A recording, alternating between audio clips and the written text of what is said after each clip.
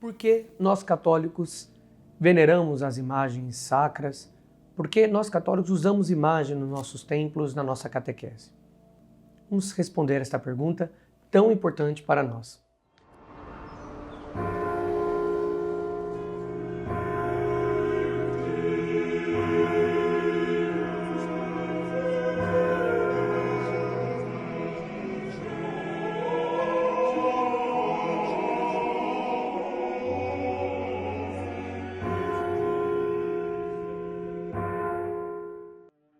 Quantas vezes você já foi acusado de idólatra?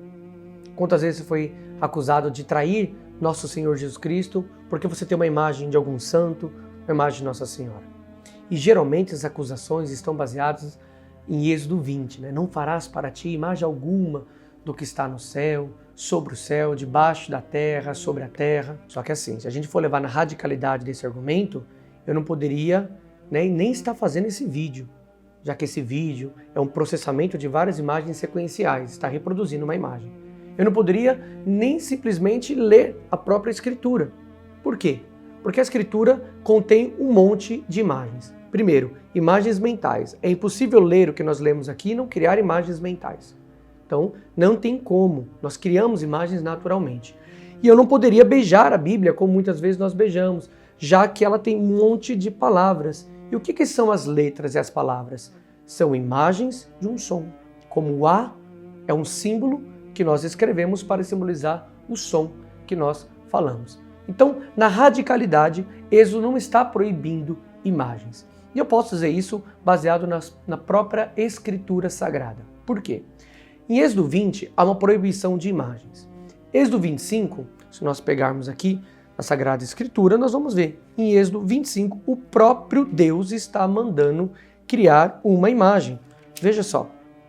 Farás também um propiciatório de ouro puro de 2 côvados e meio de comprimento e 1 côvado e meio de largura. Farás 2 querubins de ouro em obra lavrada e farás nas 2 extremidades do propiciatório. Opa! Êxodo 20, Deus proíbe imagem. Êxodo 25, Deus manda fazer imagem? Para piorar.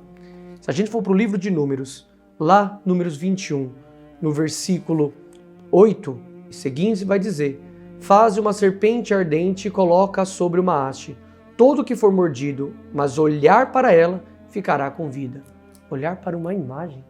Deus está mandando então criar querubim de ouro, uma serpente de bronze, para que ao olhar para ela a pessoa possa ser curada.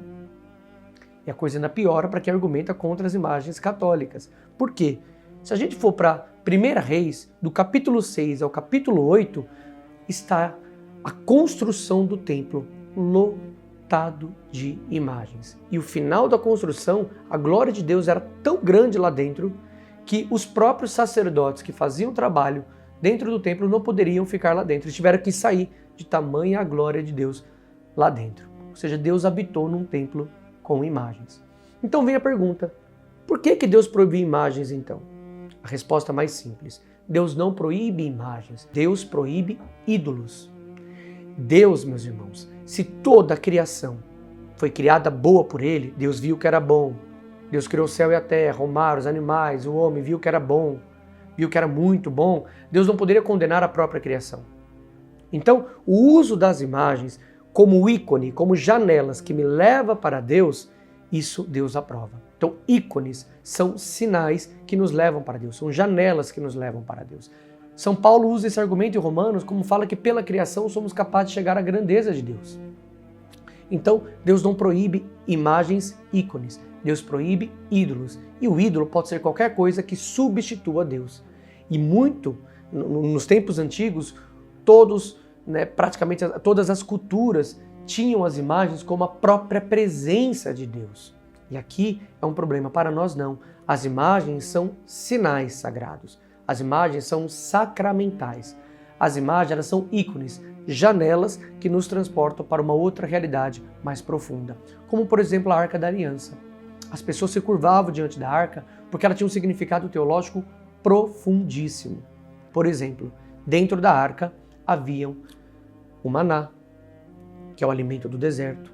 Tinha o cajado de Moisés, que era o sinal da autoridade, e tinha as tábuas da lei, A lei é a Torá, o caminho que eles seguiam.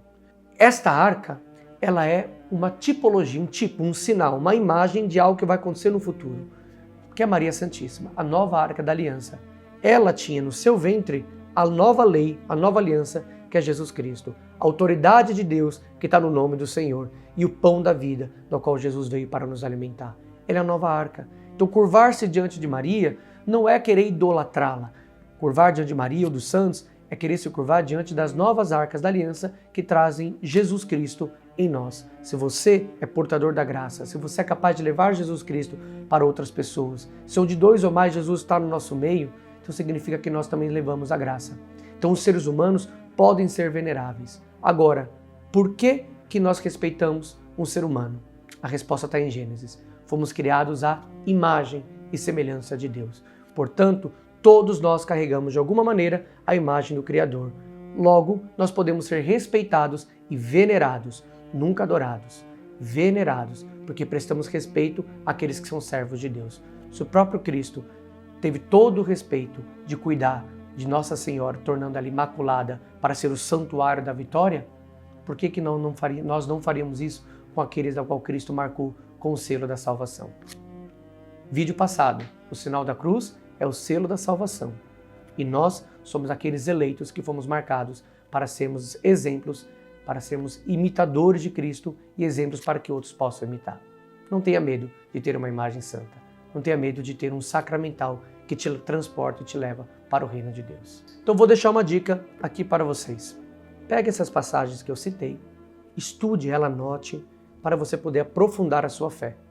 Defenda a sua fé, mas a melhor defesa é viver a sua fé, não ter vergonha dela, tá?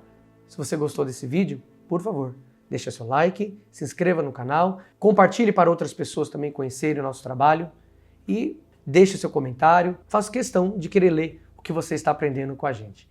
Deus abençoe você.